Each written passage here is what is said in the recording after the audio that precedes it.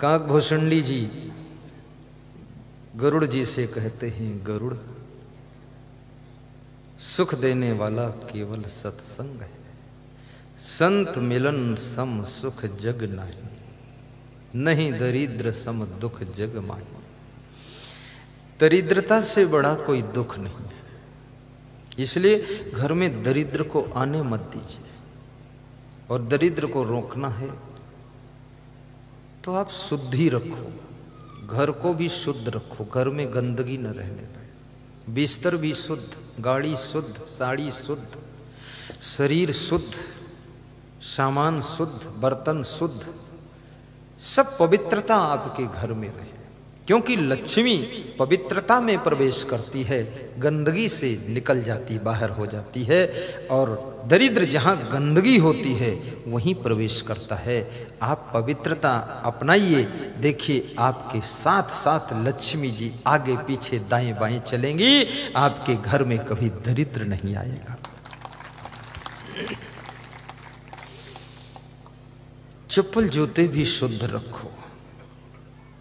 और ये जो मोजे पहनते हो ना, ये मोजे जो क्या बोलते जो पैर में पहनते मोजे, इनको कम से कम हर दूसरे दिन धोया करो, 2 जोड़ी रखो।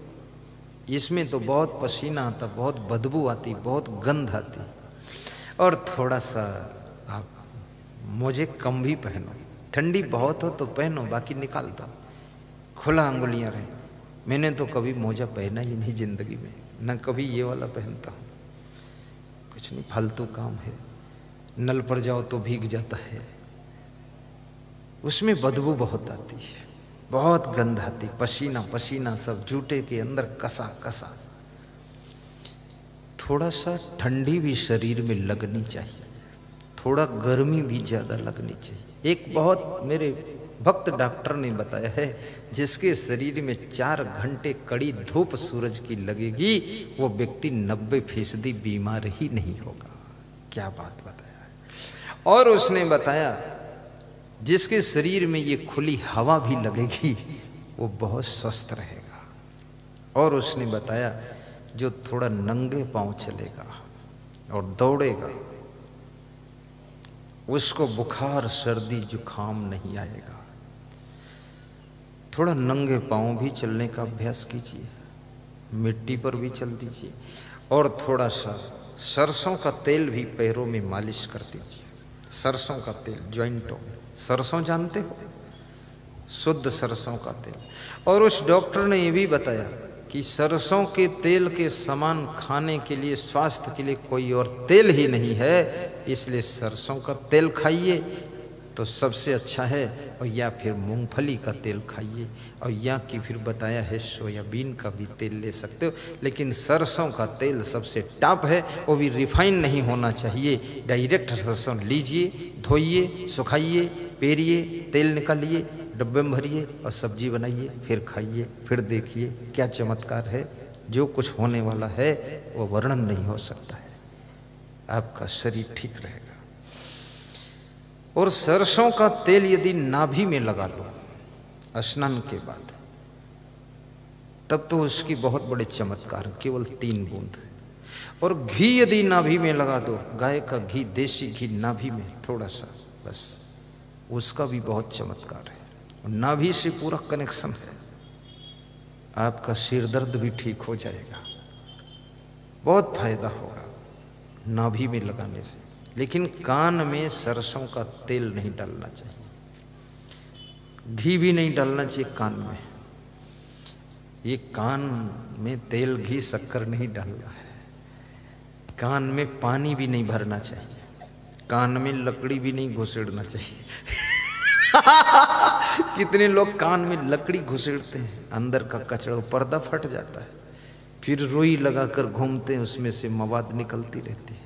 कान में रुई लगा दिया, फिर घूम रहे, कहते कान में दर्द है, लकड़ी घुसेड़ दिया। एक छोटी सी बात बचपन में मुझको किसी ने सुनाया था कि नाक में उंगली, कान में तिनका मत कर मत कर मत कर। और दांत का मंजन, आंख का अंजन नित कर नित कर नित कर। आंख का अंजन भी करिए, इसमें कितने लोग ऐसे जो आंख का अंजन करते हैं? अंजन जानते हो कि नहीं? अंजन ये इंजन नहीं, आंख में इंजन घुसेड़ देंगे। अंजन आता है नीम का अंजन, सुरमा ठंडा लगाया जाता है, कोई करता ही नहीं है। लेकिन आंख के ऊपर आप थोड़ा सा अंगुली में तेल या घी लगा करके ऐसे कर सकते हैं, पलकें बंद करके, वो फायदा करेगा आपको आंख के ऊपर, लेकिन कान में नहीं। नाक में अगर तेल लगाते हैं आप, ये नाक में भरना नहीं है, खाली लगा देना हल्का, तो उससे नाक आपकी सूखेगी नहीं, और वहाँ नाभि में तेल लगाने से नाक नहीं सूखती है और ओंठें नहीं सूखती, नाभि में लगा दो, यहाँ से कनेक्शन वहाँ चला जाएगा। और नाक में थोड़ा तेल लगा देने से नाक के अंदर जो है, जो बैक्टीरिया है, वो सब खत्म हो जाता है। तो आँख का अंजन नित्य करो। आँख में काजल पहले लगाया जाता था, अब तो काजल कोई महिलाएं बनाती भी नहीं और कोई लगाता भी नहीं है। वैसे काजल बहुत फायदेमंद होता था। आँख में काजल अभी भी बना बनाया काजल बिकता है, पर आपको संदेह भी रहता है, पता नहीं कैसा काजल है, आँख फूट जाए तो क्या होगा। डर मारे भी नहीं लगाते हो, मैं भी नहीं लगाता हूँ डर मारे कि पता नहीं क्या डाल दिया हो। आजकल लोभी लोग सब में मिलावट करते, काजल में कुछ मिला दे, अपनी आँख फूट जाए तो कौन जिम्मेदार है। तो इसलिए पड़ी रहने दो ऐसी है। और बड़ी मजे की बात, पशु पक्षी आँख में कुछ नहीं लगाते, उनकी आँखें बहुत अच्छी रहती।